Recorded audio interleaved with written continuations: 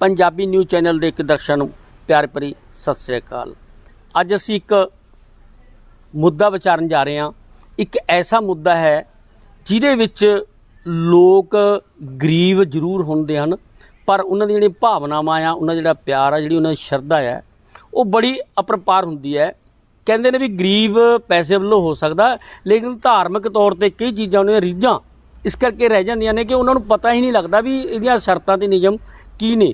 अज असी मुस्लिम धर्म दे विच जा रहे हैं, जिथे बहुत लोग गरीब भी ने और उन्हां दा भी बड़ा शरधा भावना है भी असी अपने अपने अरब कंट्री दे विच दो सऊदी अरब देश आ, उत्थे जिहड़ा साडा ध्रू केंद्र है साडे धर्म दा, उत्थे जाके असी भी नमस्कार करिए। अज असी हंसराज मोफर जी जो थोड़े दिन पहला ही हज करके आए हैं, उन्हां नाल आपां गलबात करते हैं भी जे कोई बंदा उत्थे जाना चाहुंदा है, भावनावां उहदियां हन, उन्हां नूं किहड़े-किहड़े नियम, किहड़ियां-किहड़ियां शर्तां ते किन्ना क पैसे की लोड़ है ताकि वो इकट्ठा करके आउण वाले जिहड़े अगले साल ने, जदों अगले वारी हज वास्ते लोग जाणगे, उस वास्ते अपनियां तैयारियां कर लैण। ये चीज़ां दस्सण नाल ही पता लगदा, कई लोग तो इस तरह ना पता होने करके अधूरे रह जांदे ने। हंसराज जी, पहलां तां तुहानूं बधाइयां, तुसीं हज करके आए हो। बिस्मिल्लाहिर्रहमानिर्रहीम। शुक्रिया, बहुत मेहरबानी तुहाडी कि तुसीं मेरे कोल इत्थे घर मेरे आए हो, मैनूं बधाई देण आए हो। तो मैं हज करके आया, मैनूं इस गल की भी खुशी है क्योंकि घट्टो घट्ट मैनूं पंजाब दे विचों ते खास करके मानसा दे विचों मेरे जिहड़े मुस्लिम गैर मुस्लिम वीर ने, खास करके सिख संस्थावां ते जिहड़े होर मेरे हिंदू भाईचारे दे लोग ने, उन्हां सारिਆਂ ने मेरे नाल मैनूं बड़ी बधाई दित्ती है और मेरे नाल खुशी सांझी कीती है। हंसराज जी, तुसीं बड़े कर्मां वाले हो, मानसा दे एक पिछड़े वर्ग दे विचों उठ के ते तुसीं हज करके आए हो, तां तुहानूं भी पता भी इत्थे हर एक धर्म दे विच गरीब लोग रहिंदे ने, तां मुस्लिम धर्म दे विच भी गरीब ते अनपढ़ लोग हजे बहुत पए ने। उन्हां दे मन च भी हुंदा भी असी हज करन जाइए, तां तुसीं ये दसो उन्हां वास्ते भी वो हज करन वास्ते उन्हां नूं की शर्तां, की नियम ने, किन्ने क पैसों की लोड़ पैंदी है ताकि वो आउण वाले समय च आपदी हो तैयारी कर लैण ते तुहाडे नाल मिल वरतन करके तुहातों भी गाइडलाइन लै सकन। सब तो पहली गल तो ये है जी कि जिहड़ा इस्लाम धर्म है, ये 5 फर्ज ने जरूरी: नमाज, रोज़ा, ज़कात, कुरबानी ते हज। ये 2 चीज़ां ऐसियां नेगियां, जिहड़े 2 फर्ज ऐसे ने, जिवें नमाज ते रोज़ा है, वो हर बंदे गरीब ते अमीर दे उत्ते फर्ज हैगा। जिथों तक दूसरी गल हैगी है ज़कात की गल है, जिवें आपां दसमत सौण की गल करते हैं, उहदे विचों अपने मिहनत दे विचों, अपनी कमाई दे विचों कोई 2.5% कड्ढना, वो ज़कात मन्निया जांदा उहनूं। कुरबानी है, असीं कुरबानी लाउने हैं किसी पशु की जगह, बकर वगैरह की जो हुई है, वो भी मालदार लोगों के उत्ते है। ज़कात भी उन्हां लोगों के उत्ते है जिन्हां दे कोल कमाई दे सोर्स ने, जिन्हां कोल साधन है, इनकम है। तो कुरबानी भी उन्हां लोगों ते है जिन्हां कोल इनकम है। इस तरह हज है, जिहड़ा हज वास्ते भी उन्हां लोगों के उत्ते फर्ज है जिन्हां कोल पैसा है। अगर किसी को पैसा नहीं है, घर दीयां लोड़ां उहदियां ज़्यादा नेगियां, तां उहदे उत्ते फर्ज नहीं हैगा हज, उहदे वास्ते लाजमी नहीं है। फिर भी जे कोई बंदा इस हज ते जाना चाहुंदा है तां उहदे वास्ते जिहड़े अज दे दौर दे विच, जिवें साडा हुण साडा एक बंदे दा 4,10,887 रुपए खर्चा है। इस तो इलावा बाकी होर भी खर्चे आ जांदे ने, जाण आउण दे, जां कैंप दे विच अटैंड करना है, कैंप दी ट्रेनिंग लैनी है हज दी, जां इस तो इलावा कपड़े लीड़े वगैरह सलाने ने, जां होर जिहड़े किराए भाड़े ने, जिवें दिल्ली तक दे किराए ने, जां होर कुछ इस तरह के फुटकल खर्चे पा के होर भी ये थोड़ा जिहा होर कॉस्टली हो जाता हैगा। लेकिन गरीब वास्ते कोई जरूरी नहीं है हज भी वो हज ते जावे। ये वक्री गल है कि हर बंदे की एक इच्छा होंदी है, एक धार्मिक आस्था होंदी है कि वो खाना काबा दे डायरैक्ट दर्शन करना चाहुंदा है, सीधे दर्शन करना चाहुंदा है। वो हर बंदे की इच्छा होंदी है। मेरी भी इच्छा सी, मेरी घरवाली की भी इच्छा सीगी, असीं दोवें हज करके आए हैं। सो उहदे वास्ते तां ये है भी अज दे दौर दे विच जिन्ना क पैसा ये जोड़ना है, उस तो पहलां तां ये है कि तुहाडी घर दीयां कबीलदारियां ने जिहड़ियां, कि वो तुसीं निपटियां होईयां ने, की तुहाडे घर दे विच तुसीं अपने बच्चों की परवरिश कर सकते हो। जे तुसीं परवरिश करके तुहाडे कोल पैसा बचदा है तां फिर तां तुहाडे ते ये मतलब फर्ज है। अदरवाइज जे तुहाडे घर दे विच तुहाडे नियाणे ने, तुहाडे बच्चे ने, तुहाडे बच्चों की एजुकेशन है, फिर इहदे ते तुहाडे ते फर्ज नहीं हैगा, क्योंकि ये सिर्फ मालदार लोगों के उत्ते ही फर्ज बनदा है। ਅੱਛਾ ਹੰਸਰਾਜ ਜੀ, ਇੱਕ ਗੱਲ ਹੋਰ ਦੱਸੋ। ਜੀ। ਮੈਨੂੰ ਪਤਾ ਲੱਗਿਆ ਵੀ ਤੁਹਾਡੇ ਧਰਮ ਦੇ ਵਿੱਚ ਜਦੋਂ ਇੰਟਰਵਿਊ ਹੁੰਦੀ ਆ ਉੱਥੇ ਹੱਜ ਜਾਣ ਵਾਸਤੇ, ਤਾਂ ਉਹ ਕਹਿੰਦੇ ਨੇ ਵੀ ਜਿਹਦੇ ਮਾਂ-ਬਾਪ ਘਰੇ ਹੈਗੇ ਨੇ ਉਹਨਾਂ ਨੂੰ ਕਹਿੰਦੇ ਹੱਜ ਵਾਸਤੇ ਇਜਾਜ਼ਤ ਨਹੀਂ ਦਿੰਦੀ। ਕੀ ਇਹ ਗੱਲ ਵੈਸੀ ਫੈਲਾਈ ਗਈ ਹੈ ਜਾਂ ਵਾਕਈ ਅਸਲੀਅਤ ਹੈ? ਦੇਖੋ, ਇਸ ਤਰ੍ਹਾਂ ਦੀ ਕੋਈ ਗੱਲਬਾਤ ਨਹੀਂ ਹੈ, ਕਿਉਂਕਿ ਮਾਂ-ਬਾਪ ਦਾ ਜਿਹੜਾ ਰੁਤਬਾ ਹੈਗਾ, ਅੱਲਾਹ ਤਾਲਾ ਜਿੱਥੇ ਤੱਕ ਫਰਮਾਉਂਦੇ ਨੇ ਕਿ ਜਿਹੜਾ ਸਿਜਦਾ ਹੈ, ਸਿਜਦਾ ਸਿਰਫ ਅੱਲਾਹ ਨੂੰ ਕਰਿਆ ਜਾਂਦਾ। ਇਸਲਾਮ ਧਰਮ ਦੇ ਵਿੱਚ ਸਿਜਦਾ ਨਹੀਂ ਕਿਸੇ ਨੂੰ ਕੀਤਾ ਜਾਂਦਾ। ਅਗਰ ਇਜਾਜ਼ਤ ਹੁੰਦੀ ਸਿਜਦਾ ਕਰਨ ਦੀ ਤਾਂ ਸੈਕਿੰਡ ਜਿਹੜੀ ਉਹ ਮਾਂ ਨੂੰ ਜਿਹੜਾ ਸਿਜਦਾ ਕਰਨ ਦੀ ਇਜਾਜ਼ਤ ਸੀਗੀ, ਇਸ ਤੋਂ ਇਲਾਵਾ ਹੋਰ ਕਿਸੇ ਨੂੰ ਉਹ ਵੀ ਇਜਾਜ਼ਤ ਨਹੀਂ ਹੈ ਕਿਸੇ ਨੂੰ ਵੀ ਸਿਜਦਾ ਕਰਨ ਦੀ। ਔਰ ਦੂਸਰੀ ਗੱਲ, ਅਗਰ ਮਾਂ-ਬਾਪ ਘਰੇ ਹੈਗੇ ਨੇ, ਤੁਸੀਂ ਹੱਜ ਨੂੰ ਚੱਲੇ ਹੋ, ਮਾਂ-ਬਾਪ ਦੀ ਤੁਸੀਂ ਖਿਆਲ ਨਹੀਂ ਕਰਦੇ, ਕਦੇ ਵੀ ਇਸ ਤਰ੍ਹਾਂ ਦੀ ਮਤਲਬ ਉਹਨਾਂ ਹਾਲਤਾਂ ਦੇ ਵਿੱਚ ਤਾਂ ਹੈ ਕਿ ਤੁਹਾਡਾ ਹੱਜ ਉਹ ਤੁਹਾਡਾ ਕਬੂਲ ਨਹੀਂ ਹੋਏਗਾ ਜੇ ਤੁਸੀਂ ਆਪਣੇ ਮਾਂ-ਬਾਪ ਨਾਲ ਅੱਛਾ ਵਿਵਹਾਰ ਨਹੀਂ ਕਰਦੇ, ਆਪਣੇ ਮਾਂ-ਬਾਪ ਦੀ ਦੇਖ-ਰੇਖ ਨਹੀਂ ਕਰਦੇ, ਉਹਨਾਂ ਦੀ ਪਰਵਰਿਸ਼ ਨਹੀਂ ਪ੍ਰੋਪਰਲੀ ਕਰਦੇ, ਤੇ ਫਿਰ ਤੁਹਾਡਾ ਹੱਜ ਕਬੂਲ ਨਹੀਂ ਹੋਊਗਾ। ਹੱਜ ਉਹਨਾਂ ਹਾਲਤਾਂ ਦੇ ਵਿੱਚ ਹੀ ਕਬੂਲ ਹੁੰਦਾ ਕਿ ਜਦੋਂ ਤੁਸੀਂ ਆਪਣੇ ਜਿਹੜੇ ਫਰਜ਼ ਨੇ ਆਪਣੇ ਮਾਂ-ਬਾਪ ਪ੍ਰਤੀ, ਆਪਣੇ ਔਲਾਦ ਪ੍ਰਤੀ, ਆਪਣੇ ਲੋਕਾਂ ਪ੍ਰਤੀ, ਇੱਥੋਂ ਤੱਕ ਕਿ ਆਪਣੇ ਵਤਨ ਪ੍ਰਤੀ ਵੀ ਤੁਹਾਡੇ ਜਿਹੜੇ ਫਰਜ਼ ਨੇਗੇ ਉਹ ਉਸ ਤਰ੍ਹਾਂ ਦੇ ਜਦੋਂ ਤੁਸੀਂ ਪੂਰੇ ਕਰਦੇ ਹੋ ਤਾਂ ਹੀ ਤੁਹਾਡੀ ਇੱਕ ਕਬੂਲੀਅਤ ਹੁੰਦੀ ਹੈ। ਇੱਕ ਆਸਥਾ ਦਾ ਮਸਲਾ ਹੈਗਾ, ਲੇਕਿਨ ਇਸ ਤਰ੍ਹਾਂ ਦੀ ਕੋਈ ਗੱਲ ਨਹੀਂ ਹੈ ਕਿ ਮਾਂ-ਬਾਪ ਬੈਠੇ ਨੇ ਤੁਸੀਂ ਹੱਜ ਨੂੰ ਨਹੀਂ ਜਾ ਸਕਦੇ। ਨਹੀਂ, ਮੈਂ ਹੁਣ ਖੁਦ ਮੇਰੀ ਇੱਛਾ ਹੈਗੀ ਕਿ ਮੇਰੇ ਬੱਚੇ ਹੱਜ ਤੇ ਜਾਣ, ਮੇਰੇ ਬੈਠੇ ਬੈਠੇ ਚਲੇ ਜਾਣ, ਮੈਂ ਖੁਦ ਕਹਿੰਦਾ ਇਹ ਗੱਲ ਨੂੰ। ਤੇ ਇਹ ਕੁਛ ਨਾ ਇਸ ਤਰ੍ਹਾਂ ਦੀਆਂ ਮੈਂ ਪਿਛਲੇ ਸਮੇਂ 'ਚ ਵੀ ਸੁਣਿਆ ਕਿ ਜੀ ਉੱਥੇ ਤਾਂ ਮਾਸ ਖਵਾਉਂਦੇ ਨੇ ਜੀ ਪਹਿਲਾਂ ਜੇ ਤੁਸੀਂ ਹੱਜ ਨੂੰ ਜਾਣਾ ਜੀ। ਇਸ ਤਰ੍ਹਾਂ ਦੀ ਕੋਈ ਗੱਲ ਨਹੀਂ ਹੈਗੀ। ਕੁਛ ਜ਼ਿਆਦਾਤਰ ਜਿੱਥੇ ਤੱਕ ਮੈਨੂੰ ਲੱਗਦਾ ਨਾ ਅਫਵਾਹਾਂ ਜ਼ਿਆਦਾ ਫੈਲਾਈਆਂ ਗਈਆਂ ਨੇਗੀਆਂ ਕਿਸੇ ਵੀ ਧਰਮ ਨੂੰ ਐਵੇਂ ਬਦਨਾਮ ਕਰਨ ਵਾਸਤੇ, ਜਾਂ ਕਿਸੇ ਵੀ ਧਰਮ ਦੇ ਵਿੱਚ ਇਸ ਤਰ੍ਹਾਂ ਦਾ ਇੱਕ ਖਲਲ ਪਾਉਣ ਵਾਸਤੇ ਕੁਛ ਲੋਕ ਇਹੋ ਜਿਹੀਆਂ ਗੱਲਾਂ ਕਰਦੇ ਨੇਗੇ, ਉਹ ਅੱਛੀਆਂ ਨਹੀਂ ਲੱਗਦੀਆਂ ਹੈਗੀਆਂ। ਇਸਲਾਮ ਧਰਮ ਤਾਂ ਸਾਫ਼ ਕਹਿੰਦਾ, ਕੁਰਾਨ ਸ਼ਰੀਫ ਸਾਫ਼ ਲਿਖਿਆ, ਤੁਸੀਂ ਆਪਣੇ ਵਤਨ ਦੀ ਜਿਸ ਮਿੱਟੀ 'ਚ ਪੈਦਾ ਹੋਏ ਹੋ ਤੁਸੀਂ ਉਸ ਮਿੱਟੀ ਨਾਲ ਵਫਾ ਕਰੋ, ਉਸ ਮਿੱਟੀ ਨਾਲ ਪਿਆਰ ਕਰੋ। ਮੈਂ ਜਦੋਂ ਉੱਥੇ ਗਿਆ ਮੈਂ ਤਾਂ ਇਹ ਚੀਜ਼ ਉੱਥੇ ਵੇਖੀ ਹੈ, ਇੱਕ ਸਾਡੇ ਅੰਦਰ ਇੱਕ ਹੋਰ ਕਿਸਮ ਦੀ ਭਾਵਨਾ ਪੈਦਾ ਹੁੰਦੀ ਹੈ ਕਿ ਬੰਦਾ ਬੰਦੇ ਦੇ ਕੰਮ ਆਉਣ ਦੀ ਗੱਲ ਹੈਗੀ ਹੈ। ਹਰ ਬੰਦਾ ਕੋਸ਼ਿਸ਼ ਕਰਦਾ ਉੱਥੇ ਕਿ ਅਸੀਂ ਇੱਕ ਦੂਸਰੇ ਦੇ ਕੰਮ ਆਈਏ, ਔਰ ਇਹ ਕੋਸ਼ਿਸ਼ ਕੀਤੀ ਵੀ ਹੈ। ਅੱਛਾ ਮੁਜ਼ੱਫਰ ਸਾਹਿਬ, ਹੁਣ ਕਈ ਗਰੀਬ ਲੋਕ ਨੇ ਲੇਕਿਨ ਉਹਦੀ ਸ਼ਰਧਾ ਹੁੰਦੀ ਹੈ, ਕੋਈ ਤੁਹਾਡਾ ਕੋਈ ਇਹੋ ਜਿਹਾ ਟਰਸਟ ਹੈ ਜਿਹੜਾ ਕੁਛ ਉਹ ਲੋਕ ਕਰ ਲੈਣ, ਕੁਛ ਤੁਹਾਡਾ ਟਰਸਟ ਜਿਹੜਾ ਹੈਗਾ ਉਹ ਮਦਦ ਕਰ ਸਕੇ? ਦੇਖੋ ਜੀ, ਇਹ ਇੱਕ ਜਾਤੀ ਮੁੱਦਾ ਹੈਗਾ। ਕੋਈ ਇਸ ਤਰ੍ਹਾਂ ਦੇ ਟਰਸਟ ਵਗੈਰਾ ਕੁਛ ਸੰਸਥਾਵਾਂ ਹੈ ਵੀ ਹੋਣਗੀਆਂ ਵੀ ਜਿਹੜੀਆਂ ਕਿਸੇ ਨੂੰ ਹੱਜ ਕਰਵਾ ਸਕਦੀਆਂ ਨੇ। ਕੁਛ ਲੋਕ ਐਸੇ ਵੀ ਨੇ ਜਿਹੜੇ ਕਿਸੇ ਗਰੀਬ ਦਾ ਹੱਜ ਕਰਵਾ ਦਿੰਦੇ ਨੇਗੇ। ਕੋਈ ਇਸ ਤਰ੍ਹਾਂ ਦਾ ਵੀ ਹੈ ਜਿਸ ਤਰ੍ਹਾਂ ਇੱਕ ਔਰਤ ਦੇ ਨਾਲ ਇੱਕ ਮਹਿਰਮ ਜਾਂਦਾ ਹੈ ਤਾਂ ਕਈ ਵਾਰ ਕੋਈ ਬੱਚਾ ਕੋਈ ਰਿਸ਼ਤੇਦਾਰੀ ਦੇ ਵਿੱਚੋਂ ਹੁੰਦਾ, ਕੋਈ ਉਹਦੇ ਕੋਲ ਪਹੁੰਚ ਨਹੀਂ ਹੁੰਦੀ, ਤਾਂ ਉਸ ਵਾਸਤੇ ਉਹਨੂੰ ਜਿਹੜੀ ਉਹਦੇ ਘਰ ਵਾਲੀ ਹੈ ਜਿਹੜੀ ਔਰਤ ਹੈ ਉਹਨੂੰ ਬਤੌਰ ਮਹਿਰਮ ਵੀ ਲੈ ਜਾਂਦਾ। ਜਿਵੇਂ ਉਹਦੇ ਕੋਈ ਭਤੀਜਾ ਹੋਵੇ ਜਾਂ ਕੋਈ ਭਾਣਜਾ ਹੋਵੇ ਜਾਂ ਕੋਈ ਇਸ ਤਰ੍ਹਾਂ ਕਿ ਰਿਸ਼ਤੇ ਨਾਤੇ ਦੇ ਵਿੱਚੋਂ ਜਿਹੜਾ ਉਹਦੇ ਰਿਸ਼ਤੇ 'ਚ ਹੋਵੇ, ਉਹਨੂੰ ਲਿਜਾ ਸਕਦੀ ਹੈ। ਉਹ ਇਸ ਤਰ੍ਹਾਂ ਦਾ ਹੱਜ ਤਾਂ ਹੋ ਜਾਂਦਾ ਹੈ। ਬਾਕੀ ਕੁਛ ਲੋਕਾਂ ਦੀ ਇਹ ਆਸਥਾ ਹੁੰਦੀ ਹੈ, ਕਈ ਲੋਕ ਹੱਜ ਕਰਵਾ ਵੀ ਦਿੰਦੇ ਨੇ, ਇਸ ਤਰ੍ਹਾਂ ਦੇ ਵੀ ਲੋਕ ਹੈਗੇ ਨੇ। ਕਿਉਂਕਿ ਇਹ ਚੀਜ਼ ਤਾਂ ਹਰੇਕ ਧਰਮ ਦੇ ਵਿੱਚ ਹੈ, ਚਾਹੇ ਅਸੀਂ ਤੁਹਾਡੇ ਮੁਸਲਿਮ ਧਰਮ 'ਚ ਲਾ ਲਈਏ, ਭਾਵੇਂ ਸਿੱਖ ਧਰਮ 'ਚ ਲਾ ਲਈਏ, ਭਾਵੇਂ ਹਿੰਦੂ ਧਰਮ 'ਚ ਲਾ ਲਈਏ, ਵੀ ਉਹ ਲੋਕ ਵੀ ਹੈਗੇ ਨੇ ਉਹ ਗਰੀਬਾਂ ਨੂੰ ਦੇਖ ਕੇ ਵੀ ਯਾਰ ਗਰੀਬ ਹੈ ਲੇਕਿਨ ਜਾ ਨਹੀਂ ਸਕਣਾ, ਤੇ ਚਲੋ ਆਪਣੇ ਕੋਲੇ ਅੱਲਾ ਦਾ ਜਾਂ ਵਾਹਿਗੁਰੂ ਦਾ ਜਾਂ ਰਾਮ ਦਾ ਦਿੱਤਾ ਹੈ ਬਹੁਤ ਕੁਛ ਆ, ਆਪਾਂ ਇਹਨੂੰ ਕਰਾ ਦਈਏ, ਉਹ ਵੀ ਅੱਲਾ ਪਾਕ ਠੀਕ ਕਰੂਗਾ। ਇਸ ਤਰ੍ਹਾਂ ਹੈ ਕੋਈ? ਉਹ ਮੈਂ ਤੁਹਾਨੂੰ ਪਹਿਲਾਂ ਹੀ ਦੱਸ ਚੁੱਕਿਆ ਕਿ ਜਿਨ੍ਹਾਂ ਲੋਕਾਂ ਦੀ ਆਸਥਾ ਹੈ ਉਹ ਕਰਵਾ ਸਕਦੇ ਨੇਗੇ, ਲੇਕਿਨ ਕਿਸੇ ਦੇ ਕੋਈ ਇਹ ਨਹੀਂ ਹੈਗਾ ਕਿ ਉਹ ਲਾਜ਼ਮੀ ਕਰਵਾਵੇ। ਅਗਰ ਉਹ ਬੰਦੇ ਦੇ ਅੰਦਰ ਹੈ ਕਿ ਮੈਨੂੰ ਇਸ ਗੱਲ ਦਾ ਸਵਾਬ ਮਿਲੂ, ਇਸ ਗੱਲ ਦਾ ਮੈਨੂੰ ਪਰਮਾਤਮਾ ਵੱਲੋਂ ਕੋਈ ਫਾਇਦਾ ਮਿਲੂਗਾ, ਮੇਰੀ ਜੰਨਤ ਬਣੂਗੀ, ਤਾਂ ਉਹ ਕਰਵਾ ਵੀ ਦਿੰਦੇ ਨੇ ਲੋਕ। ਇਸ ਤਰ੍ਹਾਂ ਦੇ ਵੀ ਹੈਗੇ ਨੇ। ਕੋਈ ਸਰਕਾਰੀ ਤੌਰ ਤੇ ਕੋਈ ਸਹਾਇਤਾ ਮਿਲਦੀ ਹੋਵੇ ਇਸ ਕਿਸਮ ਦੀ, ਵੀ ਜਿੱਥੇ ਜਾਣ ਵੇਲੇ ਕੋਈ ਸਬਸਿਡੀ ਮਿਲਦੀ ਹੈ ਜਾਂ ਕੋਈ 2 ਰੁਪਏ ਮਿਲਦੇ ਹੋਣ ਜਿਹਦੇ ਨਾਲ ਜਿਹੜਾ ਆਮ ਪਬਲਿਕ ਦਾ ਗਰੀਬ ਬੰਦਾ ਉਹ ਜਾ ਸਕੇ? ਦੇਖੋ ਜੀ, ਜਦੋਂ ਤੋਂ ਮੋਦੀ ਸਰਕਾਰ ਆਈ ਹੈ ਇਹਨਾਂ ਨੇ ਕੁਛ ਸਬਸਿਡੀ ਪਹਿਲਾਂ ਮਿਲਦੀ ਸੀ ਸੁਣਿਆ ਅਸੀਂ, ਤੇ ਉਹ ਸਬਸਿਡੀ ਵਗੈਰਾ ਸਾਰੀ ਬੰਦ ਹੈ। ਟੋਟਲ ਪੈਸਾ ਜਿਹੜਾ ਹੈਗਾ ਉਹ ਬੰਦੇ ਨੂੰ ਆਪ ਖਰਚਣਾ ਪੈਂਦਾ। ਅਸੀਂ 4,10,887 ਰੁਪਏ ਜਿਹੜੇ ਹੈਗੇ ਨੇ ਇੱਕ ਪਰਸਨ ਦੇ ਅਸੀਂ ਖਰਚ ਕੀਤੇ ਨੇ ਖੁਦ ਆਪਣੇ ਲੈਵਲ 'ਤੇ। ਤੋ ਇਸ ਕਰਕੇ ਜਿਹੜਾ ਇਹ ਮਤਲਬ ਇਸ ਵਕਤ ਜਿਹੜਾ ਮੌਜੂਦਾ ਸ਼ਾਸਨ ਦੇ ਵਿੱਚ ਜਾਂ ਮੌਜੂਦਾ ਹਕੂਮਤ ਦੇ ਵਿੱਚ ਇਸ ਤਰ੍ਹਾਂ ਦਾ ਕੋਈ ਹਿੰਦੁਸਤਾਨ ਦੇ ਵਿੱਚ ਜਾਂ ਭਾਰਤ ਦੇ ਵਿੱਚ ਨਹੀਂ ਹੈਗਾ। ਅੱਛਾ ਚਲੋ ਲਾਸਟ ਤੇ ਆਪਾਂ ਇਹੀ ਗੱਲ ਪੁੱਛਦੇ ਆ ਵੀ ਚਲੋ ਕਈ ਵਾਰੀ ਕੋਈ ਬੰਦੇ ਇਹੋ ਜਿਹੇ ਹੁੰਦੇ ਨੇ ਕੋਈ ਮਦਦ ਵੀ ਕਰ ਦਿੰਦੇ ਨੇ, ਪੈਸੇ ਦੀ ਮਦਦ ਕਰ ਦਿੰਦੇ ਨੇ, ਪਰ ਉਹਨਾਂ ਨੂੰ ਵੀ ਜਿਹੜੀਆਂ ਸਰਕਾਰੀ ਮੁਸ਼ਕਲਾਂ ਆਉਂਦੀਆਂ ਨੇ ਜਾਂ ਸਰਕਾਰੀ ਕਾਗਜ਼ ਪੱਤਰ ਜਾਂ ਸ਼ਰਤਾਂ ਉਹ ਨਹੀਂ ਪਤਾ ਲੱਗਦਾ। ਉਹਦੇ ਬਾਰੇ ਥੋੜ੍ਹੀ ਜਿਹੀ ਡਿਟੇਲ 'ਚ ਦੱਸ ਦੋਗੇ? ਹਾਂਜੀ, ਇਸ ਤਰ੍ਹਾਂ ਹੈ। ਦੇਖੋ, ਪੈਸਾ ਵੀ ਹੁੰਦਾ, ਸਾਰਾ ਕੁਛ ਹੁੰਦਾ। ਮੇਰੇ ਖੁਦ ਨਾਲ ਵਾਪਰਿਆ ਕਿਉਂਕਿ ਸਾਡੇ ਨਾਂ, ਜਿਵੇਂ ਮੇਰਾ ਨਾਂ ਹੰਸਰਾਜ ਮੁਜ਼ੱਫਰ ਹੈ ਅਤੇ ਮੇਰੀ ਵਾਈਫ ਦਾ ਨਾਂ ਗੁਰਦਿਆਲ ਕੌਰ ਹੈ।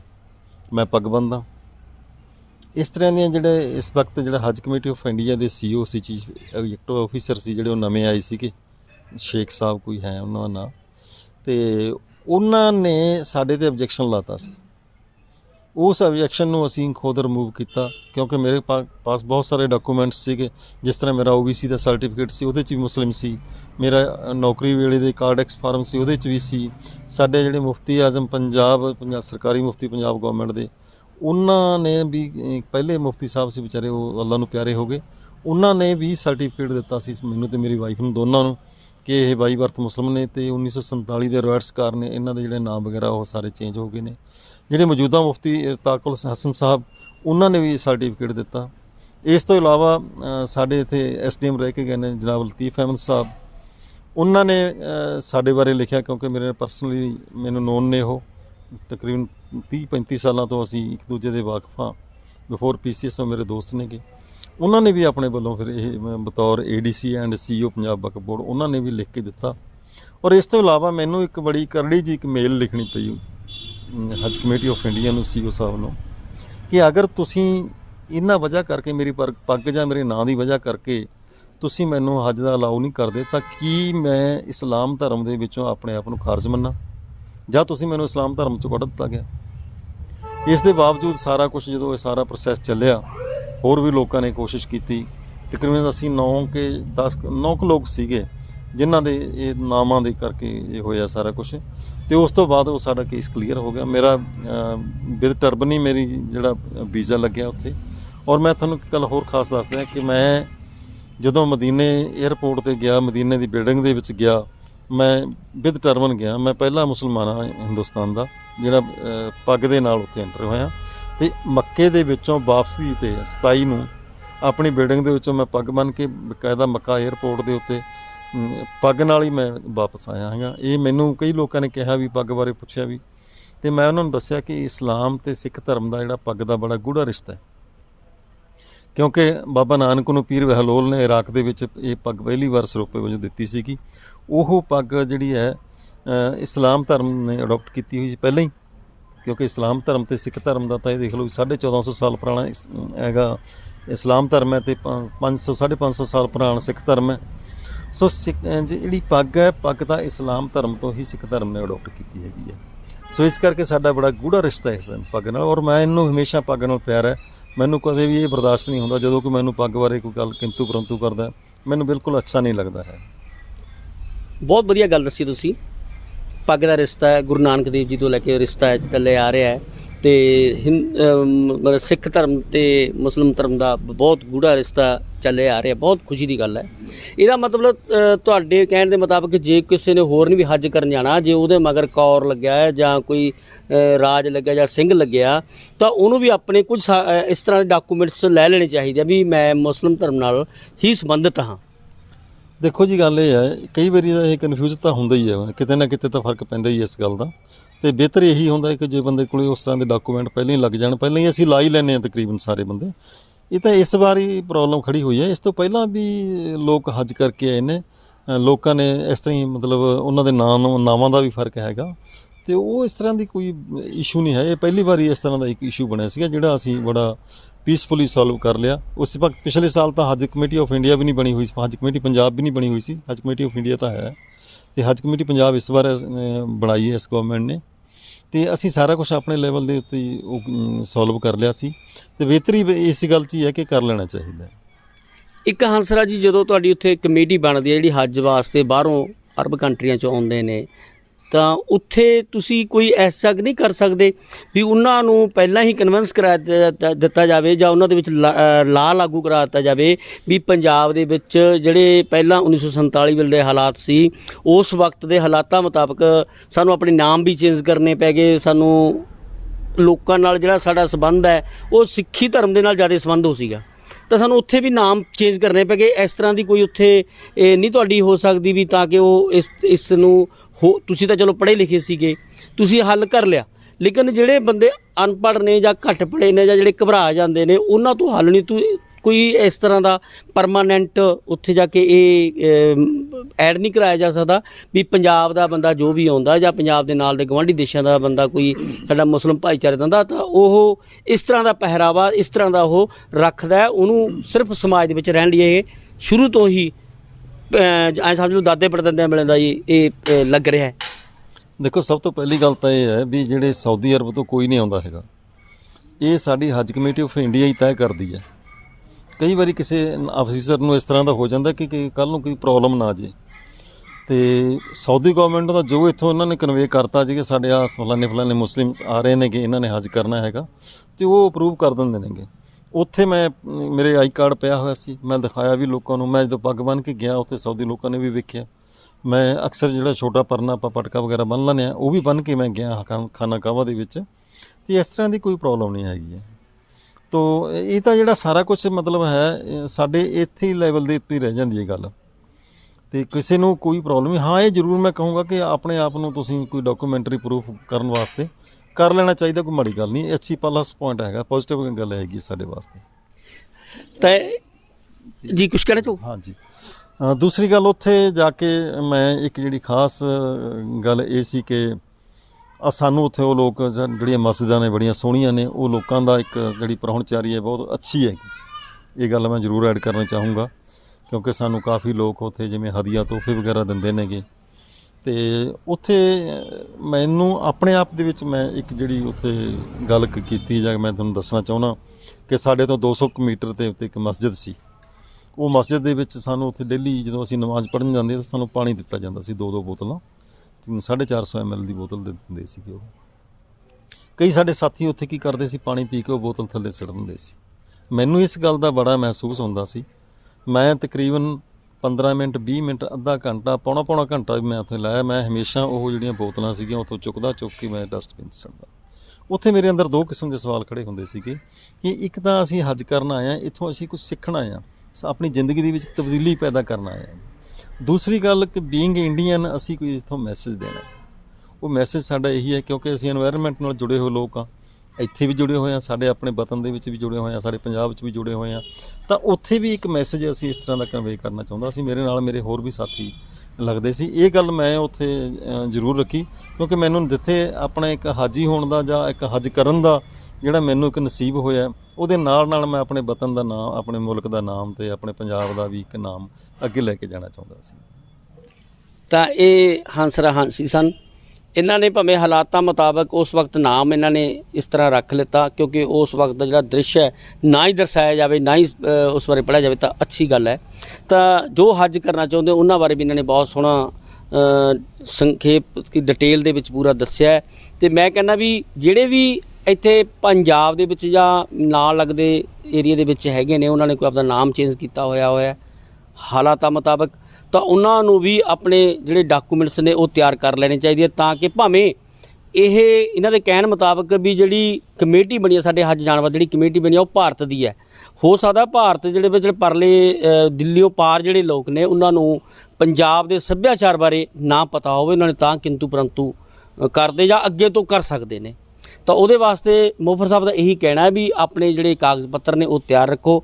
ਹਾਂ, ਭਾਵੇਂ ਜਾਣ ਵਾਸਤੇ ਪੈਸਾ ਕਾਫੀ ਲੱਗਦਾ, ਜੇਕਰ ਕਹਿੰਦੇ ਤੁਹਾਡੀ ਸ਼ਰਧਾ ਹੈ ਤਾਂ ਤੁਸੀਂ ਇੱਥੇ ਵੀ ਆਪਣਾ ਹਾਜੀ ਸਮਝੋ, ਇਮਾਨਦਾਰੀ ਨਾਲ ਕੰਮ ਕਰੋ, ਆਪਦੇ ਬੱਚਿਆਂ ਨੂੰ ਪੜ੍ਹਾਓ ਲਿਖਾਓ, ਉਹਨਾਂ ਦੀ ਜ਼ਿੰਮੇਵਾਰੀਆਂ ਪੂਰੀਆਂ ਕਰੋ, ਆਪਣੇ ਮਾਂ-ਬਾਪ ਦੀ ਸੇਵਾ ਕਰੋ। ਜਦ ਤੁਹਾਡੇ ਕੋਲੇ ਪੈਸਾ ਆ ਜਾਵੇਗਾ ਜ਼ਰੂਰ ਹੱਜ ਕਰਕੇ ਆਓ। ਤਾਂ ਇਹ ਹੱਜ ਜਾਣ ਵਾਲੇ ਲੋਕਾਂ ਲਈ ਇਹਨਾਂ ਨੇ ਬਹੁਤ ਵਧੀਆ ਸੁਨੇਹਾ ਦਿੱਤਾ ਹੈ। ਹੱਜ ਸਿਰਫ ਉਹਨਾਂ ਲੋਕਾਂ ਵਾਸਤੇ ਹੀ ਅਹਿਮੀਅਤ ਜ਼ਿਆਦਾ ਕਰਦੀ ਹੈ ਕਿਉਂਕਿ ਜਿਨ੍ਹਾਂ ਕੋਲੇ ਪੈਸੇ ਹੈ, ਜਿਨ੍ਹਾਂ ਕੋਲੇ ਪੈਸਾ ਨਹੀਂ, ਜਿਨ੍ਹਾਂ ਕੋਲੇ ਆਪਣਾ ਘਰ ਦਾ ਗੁਜ਼ਾਰਾ ਹੀ ਚੱਲਦਾ, ਉਹ ਪਹਿਲ ਦੇ ਤੌਰ 'ਤੇ ਆਪਣਾ ਘਰ ਨੂੰ ਚਲਾਉਣ, ਆਪਣੇ ਬੱਚਿਆਂ ਨੂੰ ਪੜ੍ਹਾਉਣ ਤਾਂ ਕਿ ਬੱਚੇ ਕੁਝ ਬਣ ਕੇ 4 ਪੈਸੇ ਇਕੱਠੇ ਕਰਕੇ ਆਪਦੇ ਮਾਂ-ਬਾਪ ਨੂੰ ਜੋ ਅੱਜ ਹੱਜ ਜਾਣਾ ਚਾਹੁੰਦੇ ਸੀ ਉਹ ਉਹਨਾਂ ਨੂੰ ਅੱਗੇ ਆਉਣ ਵਾਲੇ ਸਮੇਂ ਦੇ ਵਿੱਚ ਹੱਜ ਭੇਜ ਸਕਣ। ਸਾਨੂੰ ਤੁਹਾਡੀਆਂ ਰਾਇਵਾਂ ਦੀ ਵੀ ਲੋੜ ਹੈ। ਇਹਦੇ ਵਿੱਚ ਜੋ ਅਸੀਂ ਇੰਟਰਵਿਊ ਕੀਤੀ ਹੈ ਇਹਦੇ ਵਿੱਚ ਕੋਈ ਸਾਡੇ ਤੋਂ ਤਰੁੱਟੀਆਂ ਰਹਿ ਗਈਆਂ ਤਾਂ ਸਾਨੂੰ ਉਹ ਵੀ ਦੱਸੋ ਤਾਂ ਕਿ ਕਈ ਵਾਰੀ ਇਨਸਾਨ ਗਲਤੀ ਦਾ ਪੁਤਲਾ ਹੈ, ਕਈ ਵਾਰੀ ਕੋਈ ਗੱਲਾਂ ਇਹੋ ਜਿਹੀਆਂ ਹੁੰਦੀਆਂ ਜਿਹੜੀਆਂ ਹੋ ਸਕਦਾ ਹੰਸਰਾਜ ਜੀ ਨੂੰ ਵੀ ਨਾ ਪਤਾ ਹੋਵੇ, ਮੈਨੂੰ ਵੀ ਨਾ ਪਤਾ ਹੋਵੇ, ਤਾਂ ਉਹ ਜ਼ਰੂਰ ਸਾਨੂੰ ਕਮੈਂਟ 'ਚ ਵੀ ਦੱਸੋ ਵੀ ਜੋ ਅਸੀਂ ਗੱਲਾਂ ਕੀਤੀਆਂ ਨੇ ਉਹਦੇ ਵਿੱਚ ਕੋਈ ਕਮੀ ਤਾਂ ਨਹੀਂ। ਤਾਂ ਮੈਂ ਸਾਰਿਆਂ ਦਾ, ਸਰੋਤਿਆਂ ਦਾ ਫਿਰ ਦੁਬਾਰਾ ਪੰਜਾਬੀ ਨਿਊਜ਼ ਨੂੰ ਹੀ ਧੰਨਵਾਦ ਕਰਦਾ ਹਾਂ। ਤੇ ਸਾਨੂੰ ਜ਼ਰੂਰ ਸੁਝਾਅ ਦਿਓ।